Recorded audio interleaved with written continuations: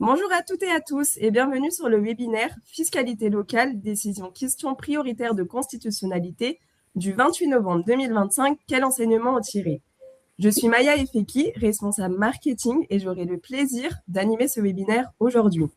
Cette conférence en ligne durera une trentaine de minutes et nous prendrons 10 minutes pour répondre à toutes vos questions à la fin de la présentation. Ce webinaire sera enregistré et le replay ainsi que le support de présentation seront disponibles à la fin de la session. J'en profite pour vous indiquer que vous pourrez poser toutes vos questions via l'onglet chat qui se situe en haut à droite de votre écran. J'ai maintenant le plaisir de vous présenter nos intervenants du jour. Floriane Bautier de Montalembert, avocate spécialiste en droit public chez FBM Avocats. Bonjour Floriane. Bonjour à tous. Merci Floriane. Jean-Philippe Dupuis, géomètre expert foncier spécialisé en fiscalité locale chez Aiming. Bonjour Jean-Philippe. Bonjour Maya, bonjour Floriane, bonjour tout le monde. Je propose maintenant de découvrir le programme de notre webinaire. Nos experts vous expliqueront la valeur locative des locaux professionnels, lissage et planchonnement, de quoi s'agit-il? Ils partageront avec vous l'histoire d'une aventure humaine couronnée de succès. Vous découvrirez également quel enseignement en tirer. Ils vous guideront sur quelle action connexe envisager. Et enfin, nous terminerons sur une session questions-réponses. Je laisse maintenant la parole à Jean-Philippe. Jean-Philippe, c'est à toi. Merci Maya. Oui, donc dans un premier temps, je vais me permettre de faire un petit peu de pédagogie, d'expliquer un petit peu le contexte ou le cadre, planter le décor en fait sur cette QPC, sur de quoi l'on parle. Donc on parle de valeur locative, de locaux professionnels, on parle de lissage, de planchonnement, mais qu'est-ce que c'est? On va passer à la slide suivante. Voilà. Donc, la valeur locative des locaux professionnels, c'est une valeur locative qui est administrée, qui est calculée par l'administration, et qui va servir à tous les impôts locaux, enfin, la plupart des impôts locaux, la taxe foncière, la taxe d'enlèvement des ordures ménagères, la CFE, qui est à la charge des exploitants, et la détermination de cette valeur locative des locaux professionnels. Alors, je me dédouane complètement de tout ce qui est locaux industriels ou locaux d'habitation, c'est hors sujet, ce n'est pas concerné par la QPC. Là, on est bien dans les locaux professionnels, bureaux, commerces, cliniques, etc. La valeur locative est administrée, elle suit un schéma, un process de détermination qui est le suivant. D'abord, le propriétaire va déclarer des surfaces en fonction de la catégorie de son local. Donc, par exemple, un immeuble de bureau en catégorie BUR, BUR 2 ou BUR 1 s'il est récent ou ancien.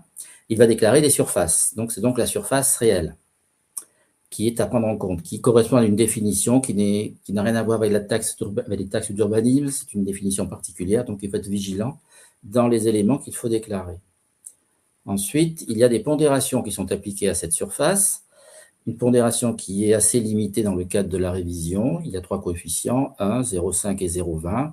Ça va du local, et ça traduit, en fait, cette pondération va traduire la valeur relative d'utilisation des éléments qui composent le bâtiment. Un bureau va être pondéré à 1, ses annexes primordiales aussi à 1.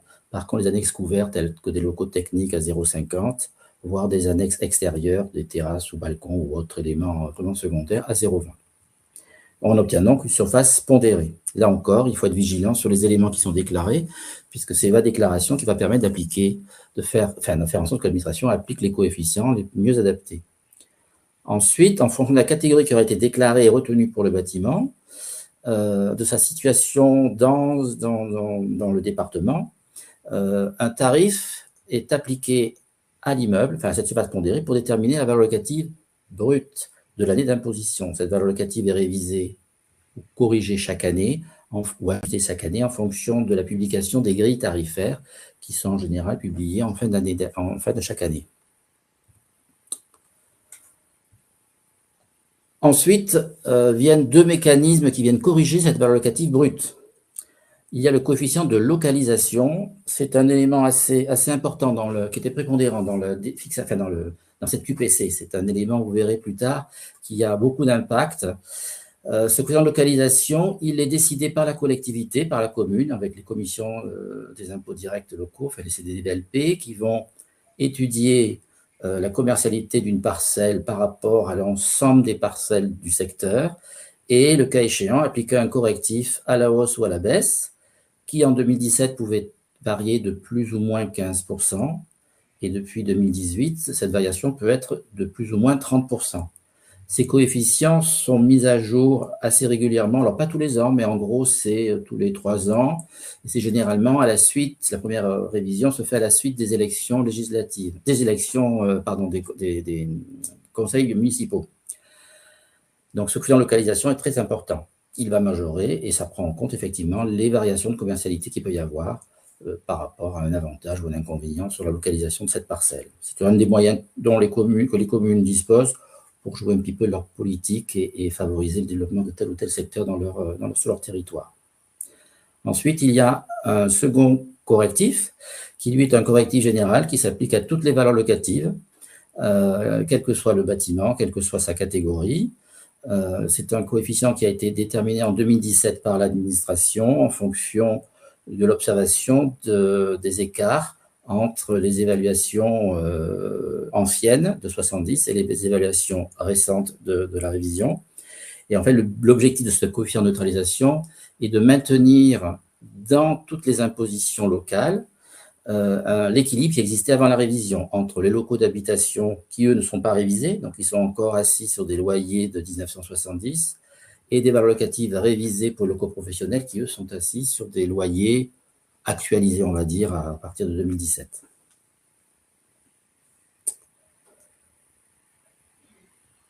Alors, ce serait relativement simple s'il n'y avait que ce process-là. Là, les choses se complexifient, même s'il faut quand même être vigilant sur tous les points, toutes les étapes que je vous ai indiquées, le surface, les pondérations, etc. Ça se complexifie lorsqu'on parle de bâtiments qui existaient avant 2017. Les bâtiments qui existaient avant 2017 étaient affectés d'une valeur locative 1970 qui était calculée en fonction des loyers qui existaient en 1970, et par comparaison, on pouvait obtenir une valeur locative qui servait de base d'imposition. Bien sûr, ce marché est complètement déconnecté, 70 par rapport à aujourd'hui, pour faire admettre, pour rendre plus acceptable le changement de base d'imposition et donc la révision de 2017, le législateur a prévu 2 mécanismes atténuateurs de ces effets. Ces mécanismes vont être appliqués sur une période de 10 ans entre 2017 et 2025, voire 2026. Le premier, qui ne pose pas de problème par rapport à notre QPC, c'est ce qu'on appelle le lissage des cotisations. Le principe consiste à constater en 2017 l'écart entre l'imposition qui aurait pu être admise en recouvrement s'il n'y avait pas eu la révision, pour la TF, pour la TOM, pour la CFE, de calculer parallèlement la taxe foncière révisée sans aucun ajustement et de comparer les deux. L'écart est divisé par 10 et est lissé dans le temps avec une progressivité, soit à la hausse, soit à la baisse, car comme le disait le législateur, en fait, ce qu'avait constaté le législateur au moment de l'entrée en vigueur de la révision de 2017, c'est qu'il y avait autant de hausse que de baisse. Et donc, pour limiter les écarts trop importants et que ce soit un peu équitable, il y a cette progressivité linéaire sur une période de 10 ans. Le deuxième mécanisme, et on en vient à des éléments plus déterminants par rapport à notre QPC, c'est le planchonnement. Le planchonnement, alors c'est un terme un peu barbare, qui permet à l'administration d'encadrer à la hausse, de limiter à la hausse et de limiter à la baisse les écarts de base d'imposition. Donc, en fait, on a un écart entre la valeur locative 70 actualisée pour 2017 et la valeur locative révisée de l'année d'imposition. Il y a un écart. Cet écart est divisé par 2. Et pour le moment, pendant cette période de 10 ans, la hausse comme la baisse n'est prise en compte que pour 50%. Ces éléments, donc ces mécanismes atténuateurs ont un impact assez significatif dans les bases d'imposition. Donc, on ne parle ici que de locaux professionnels existants avant 2017.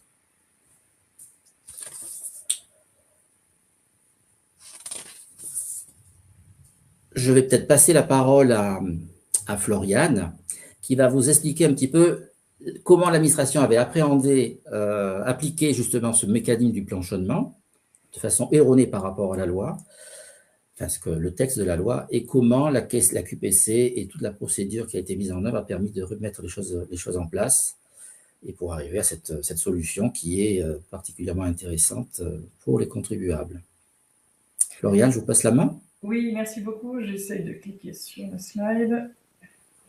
Voici, je crois que nous y sommes là. Voilà, merci beaucoup. Donc, selon l'administration fiscale, en fait, le planchonnement, il devait se calculer une seule fois à la date du 1er janvier 2017 pour chaque local, et il demeurait ainsi fixe sur toute la durée de l'application, c'est-à-dire sur les 10 ans. Donc, pour l'administration, c'était un planchonnement qui était figé, calculé une fois pour toutes en 2017.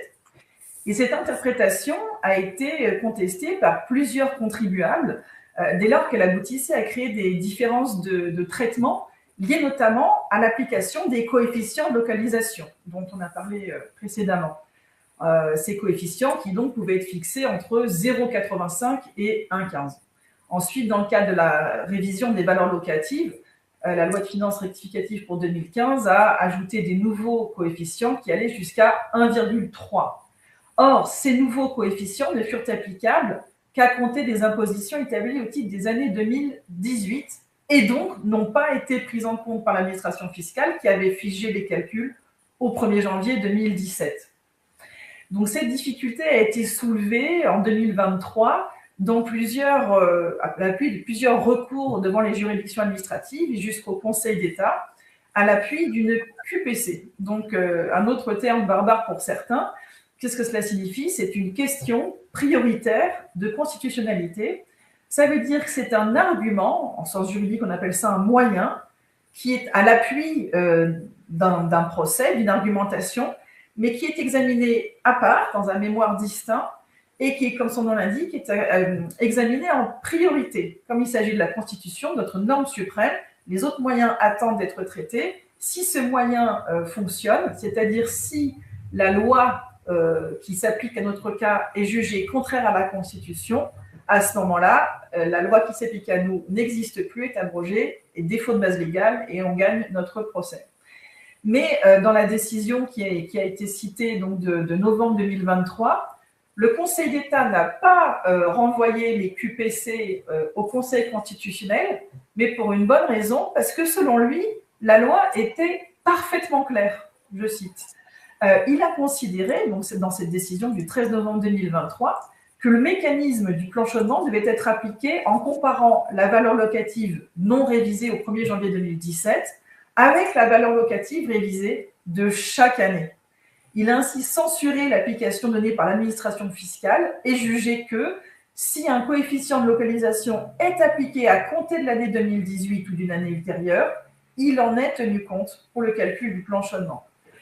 Donc, de manière assez surprenante, la loi de finances pour 2025 n'a pas pris en compte cette jurisprudence du Conseil d'État qui donnait l'interprétation, selon lui, parfaitement claire de la loi, mais a voulu cristalliser l'application de l'administration contra legem, donc, qui était faite antérieurement. Donc, dans cette loi de finances du 14 février 2025, cet article comportait un grand 1, un grand 2. Donc, paragraphe 1, les nouvelles calculs donc, de modalités, les nouvelles modalités du planchonnement donc, reprennent donc cette application contra legem de l'administration. Voilà. Et au grand 2, et c'est l'objet de la QPC, c'est là que ça se corse un petit peu, le législateur a prévu l'application rétroactive de ce nouveau calcul, en tout cas au 10 octobre 2024. Alors pourquoi cette date? C'était la date de présentation du projet de loi de finances en Conseil des ministres.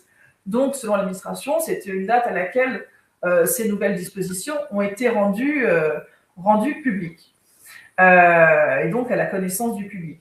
Donc, les contribuables selon ce grand 2, qui entendaient réclamer la correction du calcul du planchonnement pour 2023, c'est-à-dire qui entendaient bénéficier de la jurisprudence du Conseil d'État, qui sollicitait cette correction du calcul pour 2023-2024 jusqu'au 31 décembre 2024, ne le pouvaient pas si leur réclamation était déposée, était transmise le 10 octobre et suivant, voilà, et jusqu'au 31 décembre. Donc, cette petite rétroactivité, malgré tout, pouvait concerner un nombre très important de réclamations, toutes les réclamations qui étaient adressées entre le 10 octobre 2024 et le 31 décembre 2024, et même après.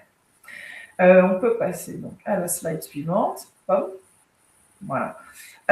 Donc, l'historique du contentieux. Là, vous avez un peu la timeline qui montre que finalement, en moins d'un an, Aiming a identifié un problème. Ensemble, nous avons réfléchi à la façon de le contester d'un point de vue constitutionnel, puisque quand la loi nous choque, on voit si on peut la contester en disant qu'elle est contraire à la Constitution. Et ensuite, la décision favorable. Donc, comme vous le voyez sur la timeline, donc dernier trimestre 2024, voilà, dépôt des réclamations de taxes foncières sur la base, voilà, qui voulait faire, avoir le bénéfice de cette décision du Conseil d'État de 2023. Et ensuite, donc en février 2025, nous avons contesté cet article 63 d'une première manière devant le Conseil constitutionnel. On peut contester un article de loi à deux moments de sa vie, avant que la loi soit promulguée, entre en vigueur, et ensuite une fois qu'elle est entrée en vigueur. Pour ce qui concerne la période avant l'entrée en vigueur, une fois que la loi, quelle qu'elle soit, et en l'occurrence la loi de finances, est adoptée par le Parlement, ou par les deux chambres, cette loi peut être déférée à la censure du Conseil constitutionnel. Donc le Conseil constitutionnel vérifie si toutes les dispositions de la loi, en tout cas les dispositions dont il est saisi, sont conformes à la Constitution. Et en fonction, soit il déclare conforme, soit au contraire, il dit ce n'est pas conforme, et la loi entrera en vigueur sans les dispositions qui ont été déclarées contraires à la Constitution. Donc nous, on a déjà essayé, avant la promulgation de la loi, de contester cet article 63, paragraphe 2, celui qui concerne la rétroactivité. On peut le faire aux côtés des auteurs de saisines qui sont reconnus par la Constitution, c'est-à-dire la plupart du temps 60 députés ou 60 sénateurs, ce qui était le cas ici. Et en fait, c'est ça qui est déjà intéressant pour vous à connaître, c'est que des particuliers, des sociétés peuvent rédiger ce qu'on appelle une contribution extérieure qui est soumise au Conseil constitutionnel dans le délai d'examen du projet de loi en question, de la proposition de loi. Le Conseil n'est pas tenu d'en prendre compte, mais en tout cas, ça attire son attention sur un article qui ne ferait pas l'objet de la saisine officielle, et il peut décider d'examiner cet article. Comme vous vous souvenez, un peu comme cette année, l'année dernière, les débats ont vraiment prolongé l'adoption de la loi de finances au-delà du 31 décembre, donc là, même février 2025, le Conseil constitutionnel était pris par le temps, je pense que c'est une des principales raisons, et donc ne s'est donc pas prononcé sur notre contribution extérieure. Donc l'article 63 était en vigueur, mais sans avoir été déclaré conforme expressément.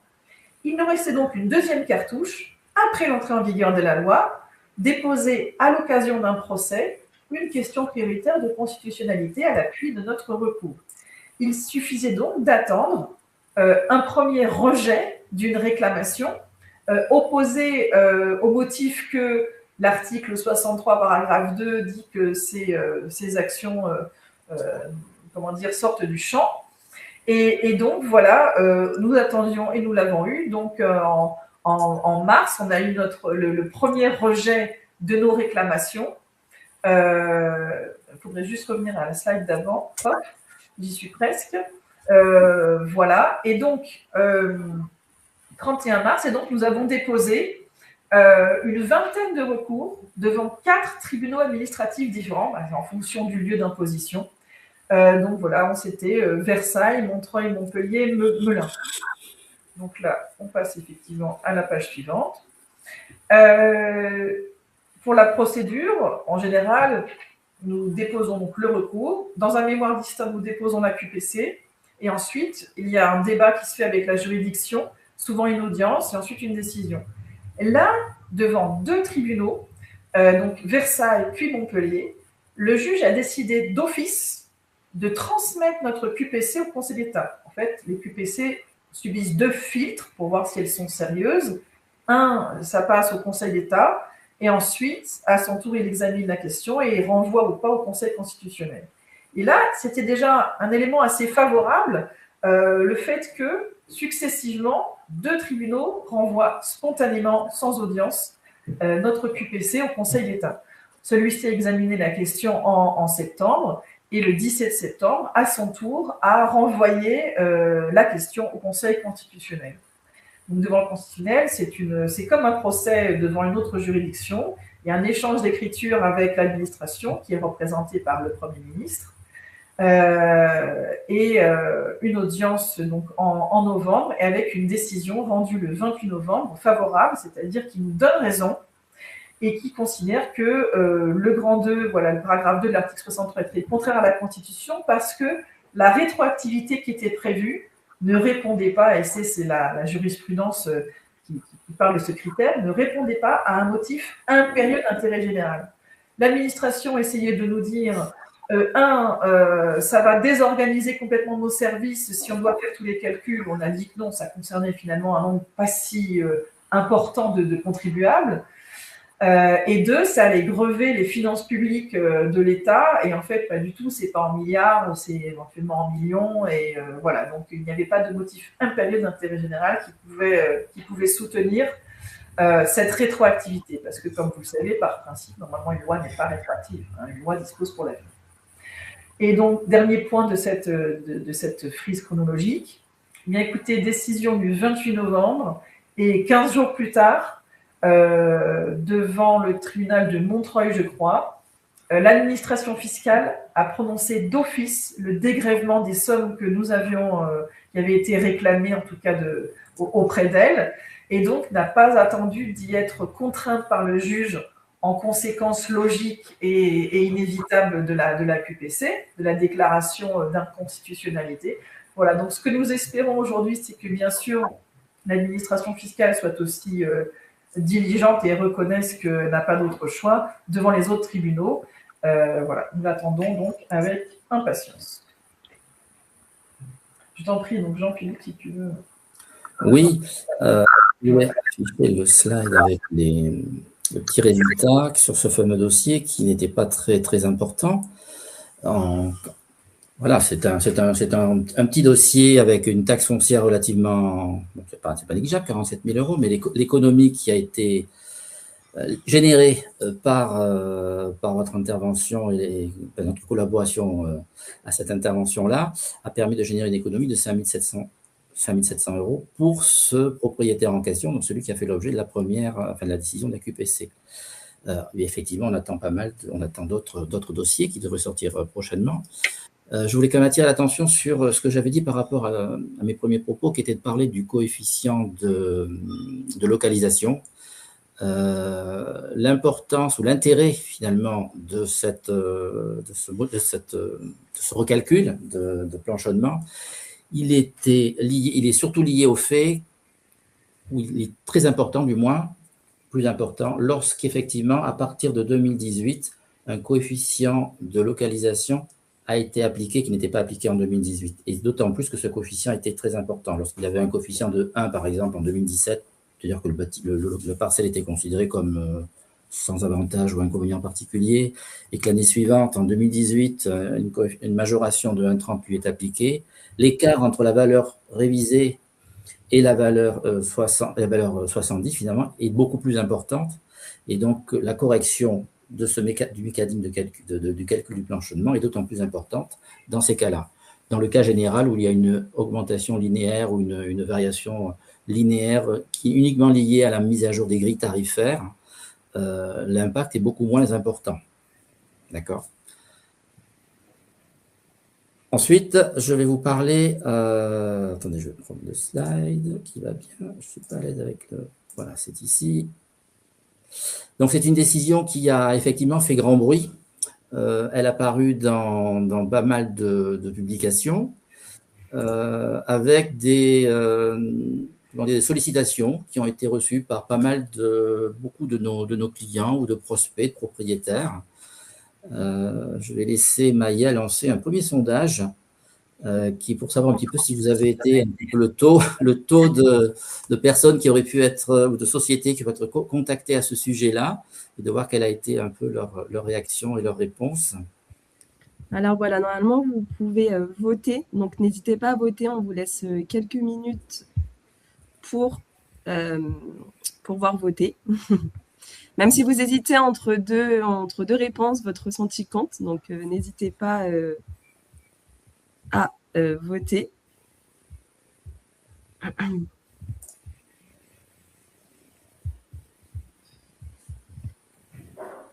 Donc là, vous avez quelque part. Okay, on va attendre encore quelques instants. Je vois qu'une première tendance se dessine déjà. On va voir si ça se confirme. C'est intéressant. Allez, encore quelques secondes.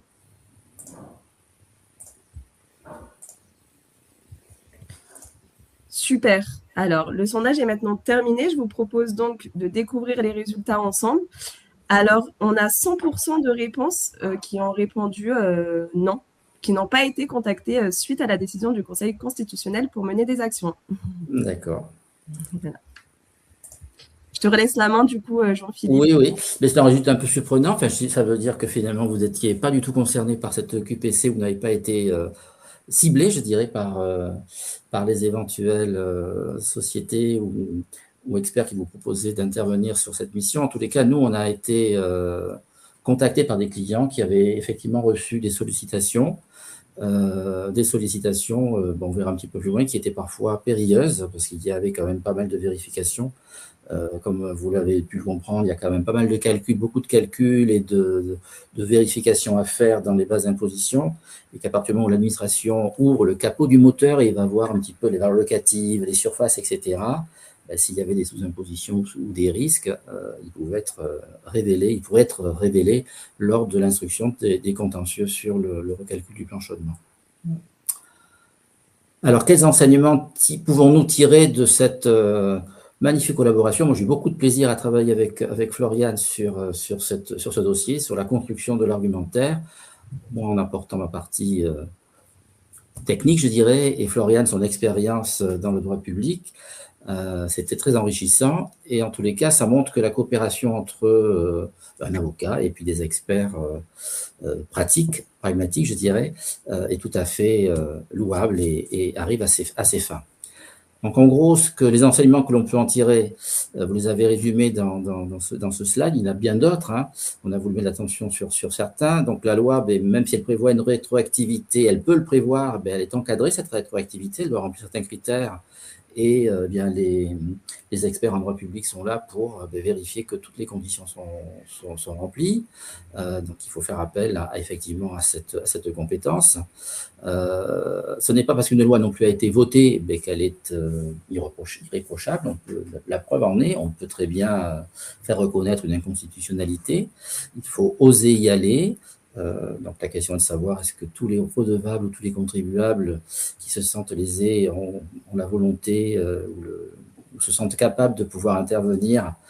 Eh bien, grâce à des collaborations comme celle que l'on peut avoir avec Floriane, c'est possible. Alors, sûr que le parcours n'est pas simple. Hein. Il y a pas mal d'embûches avec ce que vous avez expliqué, retracer Floriane, différentes procédures à entamer. Il faut respecter correctement les règles, mais on y arrive. Et les dégrèvements qui sont obtenus à la suite de cette procédure, qui peut paraître très limitée finalement, peuvent cacher, c'est un arbre qui peut cacher la forêt. Et puis, bien sûr, c'est ce que je vous ai dit en introduction, qu'il faudrait, en fait, vous comptez être bien accompagné, et vous le seriez d'autant mieux avec notre connaissance et notre expérience dans les procédures. Je vous rejoins là-dessus, je mets un petit mot aussi, sur le fait que moi, par exemple, je suis constitutionnaliste, on va dire, et toute seule, je n'aurais jamais identifié le problème. Parce que je ne suis pas une technicienne, et notamment de ce point fiscal quand même assez précis, assez technique. J'en ai même parlé à des confrères fiscalistes qui m'ont dit « Ouh, c'est compliqué ça ». Donc, toute seule, je n'aurais jamais vu le point. Et je pense que d'un autre côté, les techniciens qui ont vu le problème et qui ne savaient pas trop comment le soumettre au juge, voilà, c'était vraiment donc une collaboration très, très, très riche. Je rejoins aussi voilà, ce qu'a dit Jean-Philippe et ce qui est indiqué sur cette page, sur le fait que, en fait, quand vous... C'est un petit peu instinctif. Quand vous sentez qu'une loi est choquante, vous vous dites, non mais là, il y a un problème d'égalité entre telle ou telle catégorie de contribuables, ou alors là, il y a une rétroactivité prévue, alors que normalement, la loi ne dispose que pour l'avenir.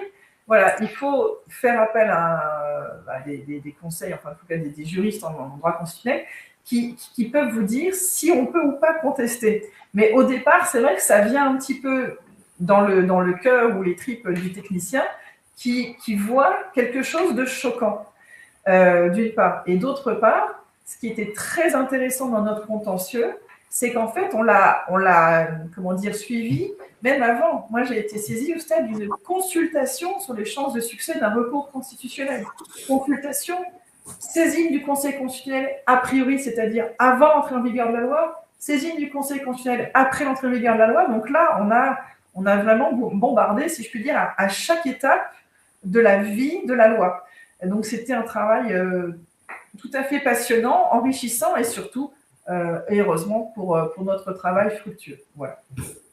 Merci Floriane. J'en viens aux sollicitations qui ont pu être prises et je mets l'accent là-dessus parce qu'il y avait quand même pas mal de points, j'en ai déjà parlé, mais j'enfonce un peu le clou. Tous les dossiers, toutes les impositions ne sont pas concernés. Donc d'abord, ça ne concerne que les locaux qui existaient avant 2017. Donc si vous avez un bâtiment neuf ou un bâtiment qui a été restructuré ou qui a changé d'utilisation depuis 2017, il n'est plus concerné ni par le planchonnement ni par le lissage. Donc la QPC n'a pas d'intérêt pour vous. Par contre, les bâtiments anciens ou relativement anciens, il suffit qu'ils aient été construits en 2016, là, ils sont effectivement concernés par la QPC. Mais tous n'ont pas un résultat favorable ou positif. Il y a autant de gagnants que de perdants, comme la révision de 2017 l'a mis en évidence. Il y avait autant de gagnants que de perdants, enfin d'imposition à la hausse que d'imposition à la baisse, avec des fluctuations au sein des locaux professionnels, une montée en puissance ou en taxation pour, par exemple, les centres commerciaux dans les unités commerciales, les magasins, les Mac 3, par exemple, contrairement à des bureaux qui, eux, étaient revalorisés un peu à outrance dans le cadre de la révision 70 et qui, finalement, on ne peut pas généraliser, ça dépend des communes, ça dépend de pas mal d'éléments, mais en gros, les locaux de bureaux ont plutôt une tendance baissière au niveau des taxes foncières. C'est pareil pour le calcul du planchonnement. Tantôt, c'est favorable, tantôt, ça ne l'est pas. Donc, avant de se lancer dans des contentieux à tir larigot, je dirais, sans les yeux billes en tête, sans avoir vérifié les bases d'imposition, sans avoir vérifié tous les critères et les différents stats que je vous ai exprimés, que j'ai expliqué au début, le calcul de la surface, la pondération, le tarif, la catégorie, avant de lancer un contentieux de la sorte, bien ça, toutes ces vérifications sont à faire, et nous, en tant que techniciens, on est à même de pouvoir vous accompagner dans cette première phase avant de se lancer dans le contentieux. Donc, certains ont peut-être fait des réclamations qui vont, j'espère, aboutir pour eux favorablement. D'autres sont peut-être partis un petit peu à la légère, sans aucune vérification. On peut espérer que l'administration ne décèlera pas des anomalies dans d'autres critères d'imposition qui pourraient annuler cette fameuse, le bénéfice de ce recalcul du planchonnement.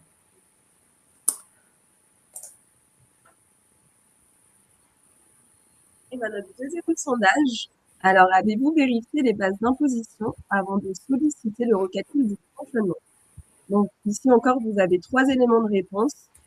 Donc, soit oui, soit non, soit je ne se prononce pas. On vous laisse quelques minutes pour y répondre. Alors, la question est un peu zappée, puisqu'il n'y a pas eu, d'après l'auditoire, aucune sollicitation, donc peut-être aucune réclamation de déposer sur ce sujet-là. On va voir comment on se précise. On va encore attendre un peu. J'en profite pendant ce temps pour vous rappeler que vous pouvez poser toutes vos questions via l'onglet chat, donc n'hésitez pas. Très bien. On va clôturer les votes. Donc, le sondage est maintenant terminé. Je vous propose de découvrir ensemble les résultats. Alors, 14% ont répondu oui, 71% non, et 14% ne se prononcent pas. Jean-Philippe, Floriane, est-ce que vous souhaitez commenter ces résultats ou... Déjà, du oui, on peut comprendre que vous avez sollicité le recalcul du plan chaudement. Donc, c'était peut-être avant la décision du Conseil constitutionnel, puisque tout à l'heure, voilà. Je ne sais pas, Jean-Philippe, ce que vous en pensez. Oui, c'est évident qu'il y a deux phases, hein. Il y a la constatation du calcul lui-même du plan chaudement, qui doit se faire avant ou après le 10 octobre, hein. Et puis la période du 10 octobre au 31 décembre 2024, voire 31 décembre 2025, pour les taxes foncières 2023 et 2024. Je vais juste rappeler les délais de prescription, hein, de réclamation en taxes foncières comme en CFE d'ailleurs, parce qu'on parle de taxes foncières beaucoup, mais la CFE est aussi impactée par ces calculs-là. Une taxe foncière d'une année, donc par exemple l'année 2023, peut être contestée jusqu'au 31 décembre 2024. Donc, il est vrai que quand la QPC est sortie, la décision est sortie le 28 novembre 2025, c'était déjà, les cartes étaient jouées pour 2023. Il n'était plus possible de déposer de nouvelles réclamations. Par contre, les réclamations qui avaient été déposées suivent leur chemin et sont instruites normalement. Et pour 2024, il y avait encore possibilité de réclamer jusqu'au 31 décembre 2025, ce qui veut dire qu'aujourd'hui, les cartes sont jouées. Sauf bien sûr s'il y a eu, par exemple, un redressement ou un rôle supplémentaire qui a été, par exemple pour 2024, qui a été mis en recouvrement courant 2025, vous avez encore jusqu'à la fin de l'année prochaine. Il y a toujours ce fameux décalage. Donc voilà, nous on insiste vraiment sur, en tous les cas, nous chez Hemming, ça a été notre façon de faire, c'est qu'on ne s'est pas lancé dans des contentieux pour se lancer dans des contentieux sans vérifier effectivement toutes les bases. Et que c'est pas un travail qui se fait aussi simplement que ça peut le paraître. Il faut reconstituer les bases d'imposition, collecter les documents cadastraux, étudier les plans, les surfaces, etc. Donc voilà, il faut agir avec parcimonie. Et ce qu'on a essayé de faire. C'est pour ça que l'administration était si réticente dans ses écritures en disant que ça allait générer quasiment une paralysie des services administratifs s'il fallait tout recalculer. Oui, je veux dire, ils nous ont un peu dit n'importe quoi. Ils nous ont dit qu'ils n'avaient plus aucun moyen de retrouver la valeur locative 70. Bon, si, il y a des moyens, bien sûr. Ils ont essayé de parer notre demande en invoquant des problèmes techniques ou d'informatique. Mais bon, voilà. si les particuliers peuvent le faire, l'administration aussi, et puis ils ont forcément des ingénieurs ou des gens qui savent traiter les données et qui peuvent redéterminer les éléments qui permettent de recalculer le plan chaudement. Surtout qu'en plus, cette fameuse locative 70, elle est toujours dans les bases d'imposition et que n'importe qui peut la contester. Encore aujourd'hui, on peut contester une valeur locative 70, même si elle est figée à la situation au 1er janvier 2017, on peut aujourd'hui contester une valeur 70 qui serait erronée, si le calcul qui a été retenu était faux, si les surfaces qui avaient été retenues pour cette détermination vers laquelle 70 étaient aussi erronées. Voilà, on peut toujours corriger tous les éléments et tout redevable a la capacité et le pouvoir d'obtenir de l'administration des explications sur les différents critères qui rentrent dans les impositions. Alors, quels enseignements en tirer? On en vient à la suite de notre programme. On est presque au bout de notre... voilà. Donc, quelles sont les prochaines cibles, en fait? C'est qu'est-ce qu'on peut imaginer, fort de notre expérience sur cette fameuse QPC, quelles sont les pistes d'optimisation, quels sont les sujets de vigilance sur lesquels on peut encore travailler. On a plusieurs choses, on a plusieurs éléments qui peuvent être étudiés. Alors, on a cité ici la fiscalité de l'urbanisme, la taxe foncière. Je vais rajouter également la taxe sur les bureaux en région Île-de-France et en région PACA. Alors, en région PACA, ça a moins de poids parce qu'on est encore au début, aux prémices de cette imposition dont les tarifs sont relativement faibles, comparé à ceux de la région Île-de-France, on est à 27 € du mètre carré, alors qu'en région PACA, on est plutôt à 1 € du mètre carré. La première chose des éléments sur lesquels on peut encore effectivement travailler, ça va être, par exemple, le contrôle et la vérification de l'utilisation des fonds dans les taxes qui sont collectées, dans les fonds qui sont collectés par les différents impôts, lorsque ces taxes sont spécifiquement affectées. En Urbanisme, par exemple, il y a la part départementale de la taxe d'aménagement, qui est composée de 2 éléments. La taxe d'aménagement, il y a la part communale et la part départementale. Cette part départementale est venue remplacer 2 anciennes taxes qui étaient une taxe pour l'architecture, le TDCAUE, je crois, et puis une taxe pour la protection des zones sensibles. Et cette part départementale doit être directement affectée à ces 2 entités.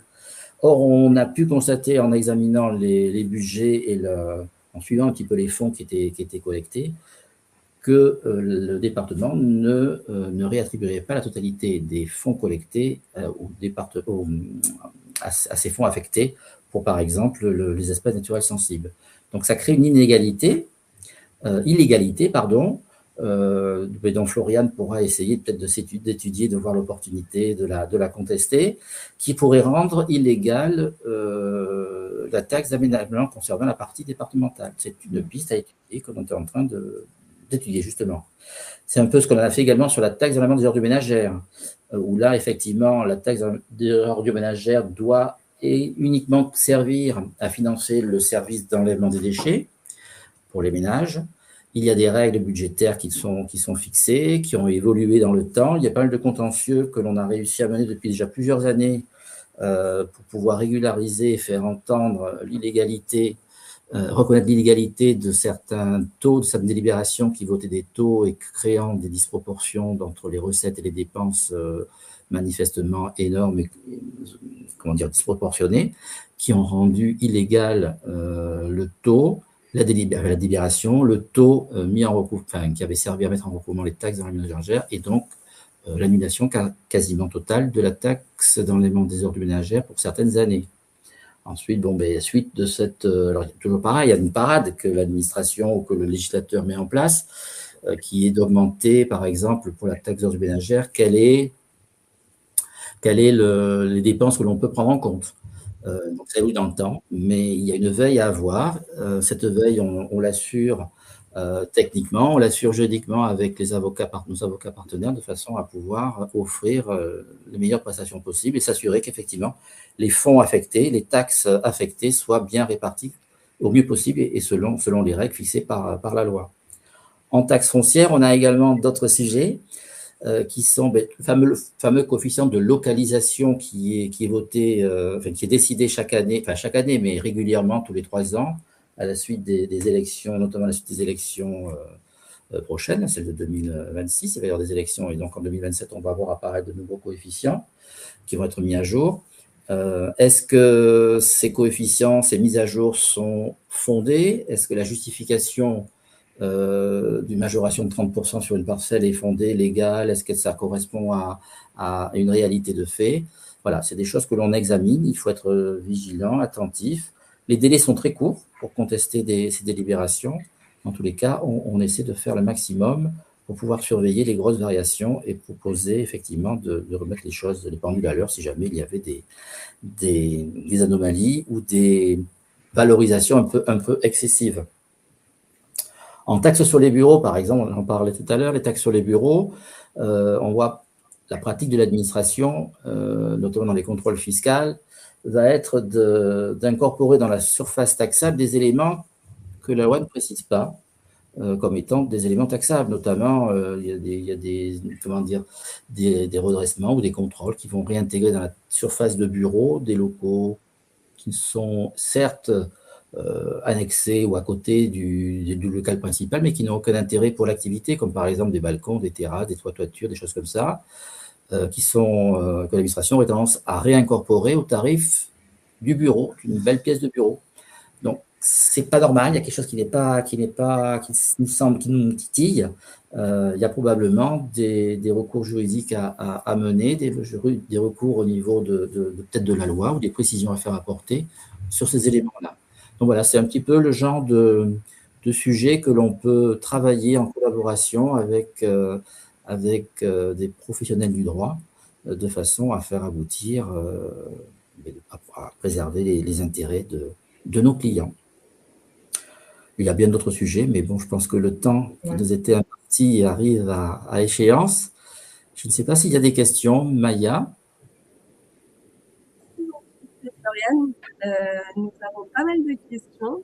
Alors, première question, est-ce que sur la base de la valeur locative indiquée sur l'avis de taxe foncière 2016 et 2017 et celle de l'avis de taxe foncière 2017 ou 2018, nous sommes en mesure de calculer le montant du planchonnement? Autrement dit, comment pouvons-nous connaître la valeur locative non révisée de 2017? Là, je laisse Jean-Philippe répondre. Alors, si vous avez l'avis d'imposition de taxe foncière 2016, il est tout à fait possible, et on peut calculer sans aucun problème, valeur locative 70, qui est un des éléments qui rentre encore dans le calcul de la révision. À partir de la valeur de l'avis d'imposition de 2017, c'est un peu la nébulosité. Vous allez voir sur l'avis d'imposition un montant de lissage qui apparaît en bas à gauche de l'avis d'imposition. Il vous est rappelé qu'un lissage de montant de X euros par an a été calculé en 2017. Et la valeur locative, enfin la base d'imposition qui apparaît sur l'avis de taxe foncière ou sur l'avis de CFE, donc c'est la même base, mais c'est la neutralisation qui fait que c'est différent. Et puis on n'en retient que 50% dans la partie taxe foncière. On peut arriver par des équations mathématiques à reconstituer la valeur locative révisée, mais ce n'est pas immédiat, ce n'est pas spontané, ce n'est pas transparent.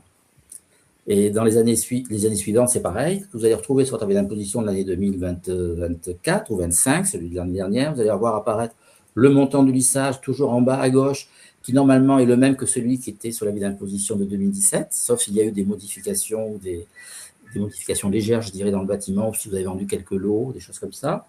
Mais vous verrez une valeur locative, une base d'imposition qui est 50% de la valeur locative de l'année, planchonnée, neutralisée, planchonnée. Le calcul n'est pas aussi direct. On peut y arriver, mais il faut avoir des outils, il faut avoir suivre tous les éléments de calcul qui sont l'évolution des grilles tarifaires, donc les tarifs évoluent chaque année. Il faut d'abord savoir quelle catégorie. Donc la catégorie, pour se connaître, sur l'avis d'imposition, vous ne savez pas sur quoi vous êtes imposé. Vous avez une adresse, une base d'imposition, une cotisation avant lissage, une cotisation lissée et un montant de lissage. Vous ne connaissez pas, vous ne savez pas si dans votre base d'imposition, il y a des locaux d'habitation, des locaux commerciaux, si c'est du magasin, du bur, du commerce, etc. Ça nécessite d'aller en amont rechercher des informations dans les bases documentaires, dans les bases de l'administration. Il y a possible d'obtenir une partie des informations, notamment pour la CFE, on va avoir ce qu'on appelle le GMBI ou la DEC loyer, qui va permettre de donner quelques informations, mais tout ça, ce sont des bribes d'informations qui ne sont pas coagulées, quoi. Il faut arriver à tout rematcher. Donc la question est effectivement, pour répondre à la question, on peut effectivement, à partir de l'avis d'imposition 2016-2017, reconstituer le calcul du planchonnement, mais le calcul n'est pas une mince affaire. Super, merci Jean-Philippe. Nous avons une deuxième question. Alors, bravo pour cette démarche. Sur quelle année à ce jour peut-on porter réclamation éventuelle? 2025, 2024 et 2023. Alors, 2023, c'est prescrit. 2024 également. Pas de bêtises. Donc, on peut réclamer qu'à partir de la taxe foncière CFE de 2025. Oui, et là, c'est pareil. Alors, sur 2025, pour aller un peu plus dans le détail, on peut effectivement espérer obtenir la même satisfaction que celle qu'on a pu obtenir sur 2023-2024 concernant le calcul du planchonnement. Et là, c'est encore un autre sujet, c'est une autre thématique. Pour le moment, il n'y a pas de... Enfin, nous n'avons pas eu de rejet par rapport à des demandes déposées sur 2025 sur ce motif-là. Ni de décision de mémoire. Je crois qu'on n'a pas obtenu encore de décision sur ce motif sur 2025, sur le recalcul du planchonnement, parce que tout était figé en fait. Avec cette QPC qui bloquait, tout a été figé à l'administration. D'ailleurs, aujourd'hui encore, il y a 2-3 jours, j'étais en train de discuter avec un agent instructeur sur le 92. Les dossiers sont bloqués. Même aujourd'hui, malgré la QPC, ils sont bloqués parce que soit ils n'ont pas les outils pour calculer, ils ne savent pas faire, ils n'ont pas le temps. Manque de personnel, il y a pas mal d'éléments qui font que ça bloque. Donc ça bloque effectivement en taxe foncière, mais ça bloque aussi sur l'urbanisme. Donc il y a pas mal d'éléments bloquants au niveau des services de l'administration. En tous les cas, il y a un sujet sur 2025 qui méritera d'être poursuivi. On attend d'avoir un peu la réaction de l'administration, mais il y aura probablement des recours qui seront nécessaires pour obtenir gain de cause sur 2025. En tous les cas, 2025, je confirme qu'il y a intérêt à se poser la question et à agir sur le calcul du plan chaudement jusqu'à la fin de l'année, cette année, puisque le délai de prescription sera au 31 décembre 2026. Et je dirais que c'est un peu le même constat que ce qu'on a fait pour les années antérieures. Il faut s'assurer d'abord que la base est bonne, en gros, que les surfaces, le tarif, etc., il n'y a pas de loup. Et puis, au niveau de l'intérêt, pour une société, ce sera effectivement de s'assurer qu'il s'agit bien d'un bâtiment ancien. Ce sera d'autant plus intéressant si ça concerne une commune ou une parcelle sur lequel un coefficient de majoration, de localisation a été appliqué et qui était différent de celui de 2017. Après, effectivement, n'importe qui peut faire une réclamation, n'importe quel propriétaire peut demander à ce que ce soit recalculé. Maintenant, il faut s'assurer que l'impact ne sera pas négatif.